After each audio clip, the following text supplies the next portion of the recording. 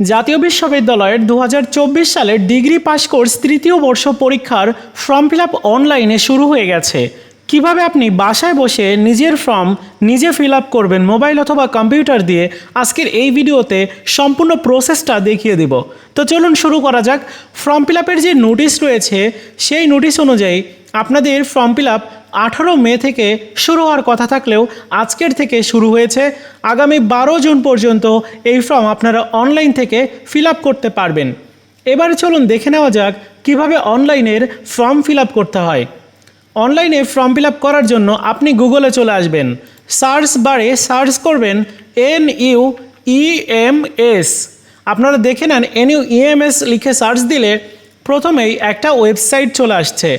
এই ওয়েবসাইটে আপনাকে প্রবেশ করতে হবে কাঙ্ক্ষিত ফর্ম ফিল আপ করার জন্য। ওয়েবসাইটে প্রবেশ করার পর আপনি এখানে একটা অ্যাড দেখতে পারবেন, এটা কেটে দিবেন। এবার নিচের দিকে যাবেন, এখানে বেশ কয়েকটা অপশন দেখা যাচ্ছে। এখান থেকে সেকেন্ড যে অপশনটা রয়েছে স্টুডেন্ট লগ ইন, এই অপশনটার উপরে ক্লিক করবেন। এবার আপনার রেজিস্ট্রেশন নাম্বারটা দিতে বলছে। সো আপনার থার্ড ইয়ার বা আপনি ফার্স্ট ইয়ার সেকেন্ড ইয়ারের যে রেজিস্ট্রেশন নাম্বারটা ছিল আপনার, সেই রেজিস্ট্রেশন নাম্বার এখানে দিবেন, তারপর সাবমিট করবেন। রেজিস্ট্রেশন নাম্বারটা দেওয়ার পর এবার সাবমিট অপশনে ক্লিক করবেন। এখন আপনি দেখতে পারবেন আপনার প্রোফাইলটি লগ ইন হয়ে গেছে। উপরের দিকে আপনার নাম, আপনার রেজিস্ট্রেশন নাম্বার শো করছে। এখন বাম সাইডে দুইটা অপশন রয়েছে, এখান থেকে ফর্ম ফিল আপ যে অপশনটা রয়েছে এখানে ক্লিক করবেন। কিছুক্ষণের মধ্যেই আপনার সামনে এভাবে চলে আসবে, দেখাচ্ছে form fill up for degree pass and certificate course examination third year 2024 দেওয়া আছে।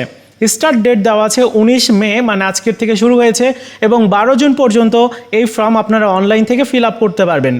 এখন দেখুন, আপনার ফর্ম ফিল আপ করার জন্য অ্যাপ্লাই নাও অপশনে ক্লিক করবেন। একটা বিষয় মনে রাখবেন, যারা ইমপ্রুভমেন্ট শিক্ষার্থী বা এক সাবজেক্টে ফেল ছিল আপনাদের, তাহলে আপনাদের ফর্ম ফিল আপ হয়তো আজকের থেকে বা আগামীকাল থেকে করতে পারবেন না, কারণ ইমপ্রুভমেন্ট শিক্ষার্থীর ফর্ম ফিল আপটা একটু লেট করে শুরু হয়। সেক্ষেত্রে 5 থেকে 7 দিন পরে আপনারা ট্রাই করবেন, তাহলে দেখবেন যে আপনার ফর্ম ফিল আপের অপশনগুলো আসছে, অ্যাভেলেবেল হবে এবং এখানে অ্যাপ্লাই নাও অপশনটা দেখতে পারবেন।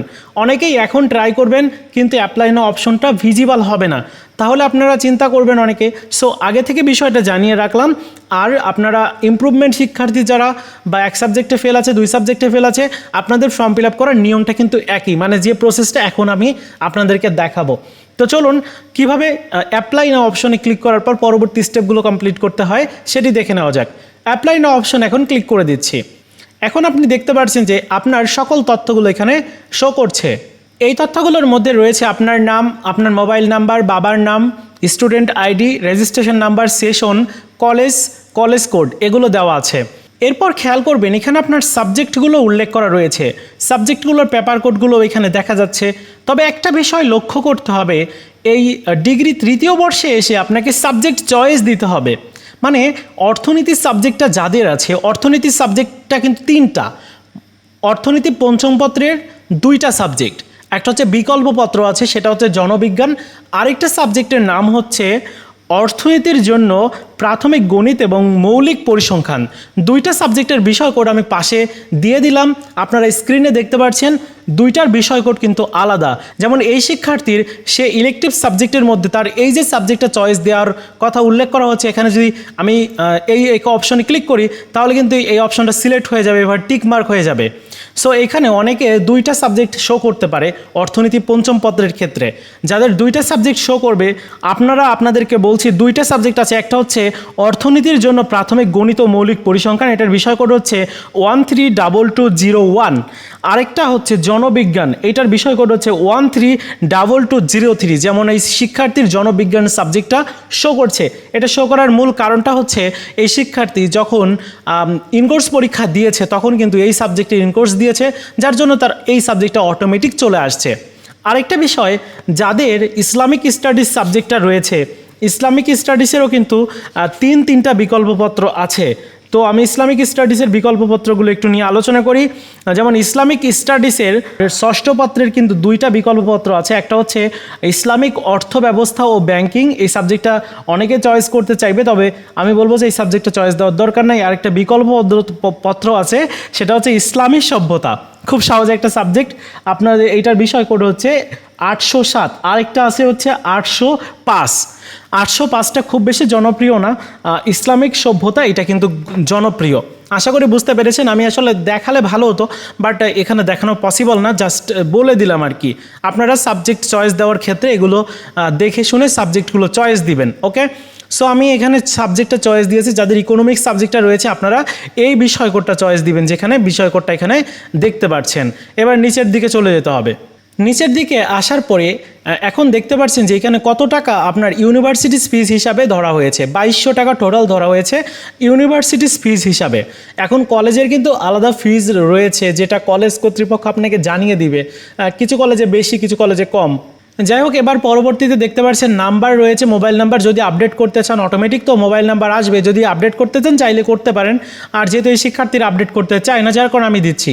এখানে বলছে যে আপনার আবেদন নিশ্চিত করতে প্রয়োজনীয় ফি জমা দিয়ে এই ফর্মটি অবশ্যই আপনার কলেজের সংশ্লিষ্ট বিভাগে জমা দিতে হবে, অন্যথায় আপনার প্রবেশপত্র প্রদান করা হবে না এবং আপনি পরীক্ষায় অংশগ্রহণ করতে পারবেন না। সো এখানে সব কিছু আমার ওকে আছে। এবার আমি সাবমিট অপশনে ক্লিক করে দিব। এখানে ক্লিক করলে বলছে are you sure to submit. Yes, অবশ্যই আমি সাবমিট করতে চাই। সো ইয়েস অপশনে ক্লিক করলাম। এখন এই শিক্ষার্থীর বলছে যে form fill up apply successfully, একদম নিচের দিকে বাম পাশে কিন্তু এটা দেখাচ্ছে। এখন ফর্ম ফিল আপ তো হয়ে গেল। এই ফর্মটা এখন আমাকে ডাউনলোড করতে হবে। অ্যাপ্লিকেশন ফর্ম ডাউনলোড, এই যে অপশনটা রয়েছে এখানে ক্লিক করে আমি ফর্মটা ডাউনলোড করে নিব। স্ক্রিনে চলে আসছে, কিছুক্ষণের মধ্যে স্ক্রিনে চলে আসবে। এখন কোনো কারণে আপনি ওই ফর্মটা ডাউনলোড করতে পারেন নাই, তাহলে আবার নতুন করে কিভাবে ডাউনলোড করতে হবে সেটির জন্য আপনাকে এই যে এখানে আপনার রেজিস্ট্রেশন নাম্বার দিয়ে আবার সাবমিট করতে হবে এবং আপনার প্রোফাইলটি লগ ইন হয়ে যাবে। এখন আপনি ফর্ম ফিল আপ যে মেনু রয়েছে এখানে ক্লিক করবেন। দেখতে পাচ্ছেন এই শিক্ষার্থীর ফর্ম ফিল আপটা কিন্তু কমপ্লিট হয়ে গেছে। এখন ফর্ম ফিল আপ ডিটেলস আমি চাইলে এখান থেকে দেখতে পারি এবং অ্যাপ্লিকেশন ফর্ম ডাউনলোড অপশনে ক্লিক করে আমি ফর্মটাও ডাউনলোড করতে পারি। এখন দেখতে পাচ্ছেন যে ফর্মটা কিন্তু ডাউনলোড হয়ে গেছে। এই ফর্মটা ডাউনলোড করার পর এই একদম নিচের দিকে আপনি সিগনেচার দেখতে পাচ্ছেন, এখানে আপনার নিজের সিগনেচারটা করাতে হবে। জাস্ট এতটুকু কাজ, সিগনেচার করিয়ে আপনার কলেজে এইটা জমা দিয়ে আসতে হবে। সো আপনারা যারা ইমপ্রুভমেন্ট শিক্ষার্থী বা আপনারা যারা রেগুলার শিক্ষার্থী, আপনাদের ফর্ম ফিল আপ করার প্রসেসটা একইভাবে আপনার ফর্ম ফিল আপ করতে পারবেন। ভিডিওটি এই পর্যন্তই ছিল। অনেকে বলবেন যে ভাইয়া কলেজে আর কি ডকুমেন্টস জমা দিতে হবে। আসলে কলেজে এই যে ফর্ম, এই অ্যাপ্লিকেশন ফর্ম, এইটার সাথে আর আপনাকে টাকা জমা দিতে হবে। জাস্ট এতটুকুই কাজ, আর কিছুই জমা দেওয়া লাগবে না। আর কত টাকা জমা দিতে হবে সেই বিষয়ে যদি বলি, ইউনিভার্সিটির ফিজ হচ্ছে 2200 টাকা। এখন কিছু কলেজ নিয়ে থাকে কিছু কলেজ আরও 1500 টাকা বাড়তি নেয়, কিছু কলেজ 2000 টাকা বাড়তি নেয়। তাহলে একটু হিসাব করে দেখেন, 2000 টাকা যদি বাড়তি নেয় তাহলে আপনার ফর্ম ফিল আপ করতে 4400 টাকা এইভাবে লাগছে বা 5000 টাকা এরকম লাগবে। সো এটা হচ্ছে কলেজের উপর ডিপেন্ড করে, বা আপনার কলেজটা আসলে সরকারি নাকি বেসরকারি এটার উপর অবশ্যই নির্ভর করে। তো এই ছিল আজকের মতো ভিডিও। দেখা হচ্ছে নতুন ভিডিওতে। ভালো থাকুন সবাই, ধন্যবাদ।